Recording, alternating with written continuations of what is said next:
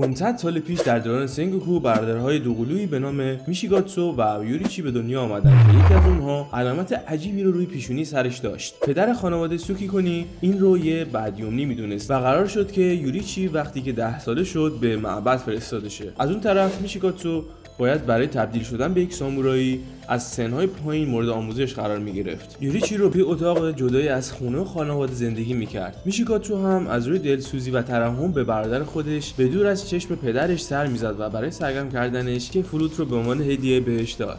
میشیگاتسو وقتی که 7 سالش بود تمرین‌های شمشیرزنیش برای تبدیل شدن به سامورایی رو انجام میداد و یوریچی رو هم تمام مدت مشغول به تماشای تمرینات برادر خودش میشد.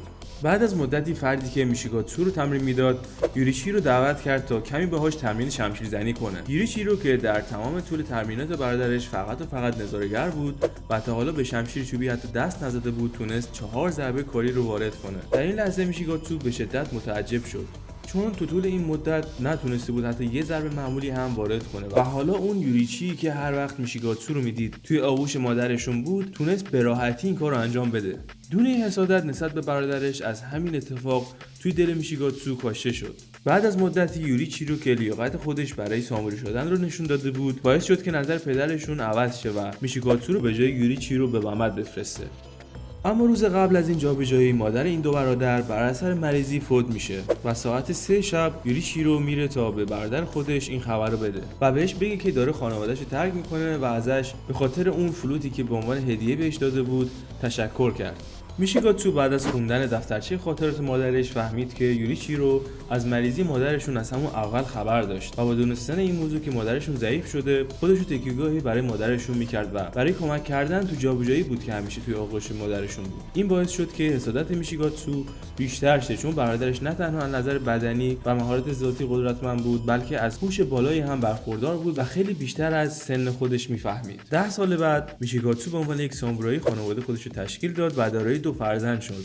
اما روزی یه شیطان به پایگاه سامورایی ها حمله میکنه و تمام همرزاش رو از پا در میاره. ولی یوریچی از راه میرسه و با یه ضربه اون شیطان رو شکست میده و جون برادر خودش رو از مرگ نجات میده. این اتفاق باعث شد که تمام احساسات قبلی میشیگاتسو برگرده و با دیدن قدرت فوق‌العاده برادرش بخواد که تمام اون قدرت رو مال خودش کنه. به همین خاطر میشیگاتسو خانواده خودش رو ترک کرد تا عضو سپاه شیطان کش بشه و با برادر خودش برای قوی تر شدن تمرین کنه. یوریچی سعی داشت تا سبک تنفس خورشید رو به بقیه شیطان کش‌ها یاد بده، اما توی این کار موفق نبود. ولی از همونجا بود که تنفس‌های فرعی که امروزه تو این انیمه شاهدش هستیم به وجود اومدن. میشیگاتسو هم سعی کرد تا سبک قدرتمند تنفس خورشید رو از برادرش یاد بگیره، اما آخرش سبک منحصر به فرد خودش رو به اسم تنفس ماه به وجود آورد. میشیگاتسو از این نتیجه راضی نبود و میدونست که هنوزم فاصله زیادی با قدرت عجیب غریب برادر خودش داره.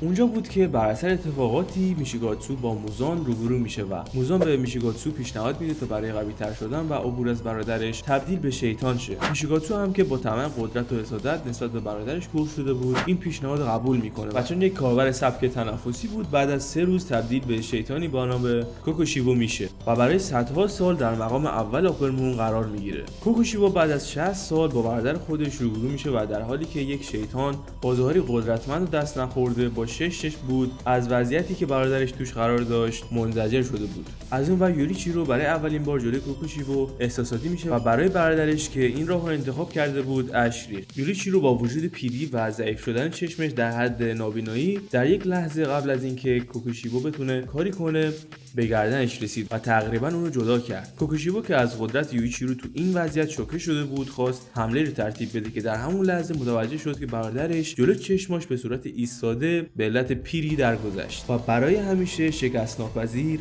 باقی موند. کوکوشیبو که فرصت شکست برادرش رو برای همیشه از دست داده بود با عصبانیت به بدن بی حرکت یوریچی رو حمله برد و در همون لحظه چشمش به فلوتی که در دوران بچگی به برادرش داده بود برخورد کرد و ناخودآگاه از چشمان شیطانیش اشک جاری شد و اون فلوت رو برای همیشه کنار خودش نگه داشت. این ویدیو رو در اصل به خاطر درخواست یکی از عزیزانمون که تو این کامنت زیر یکی از ویدیوهامون گفته بود تا درباره سرگذشت این کاراکتر یه ویدیو بذارم انجام شد و امیدوارم که هم شما و هم ایشون لذت کافی رو برده باشین. اگه از ویدیو خوشت اومد لایکش کن و یادت نره که چنلمون رو برای ویدیوهای بیشتر سابسکرایب داشته باشی.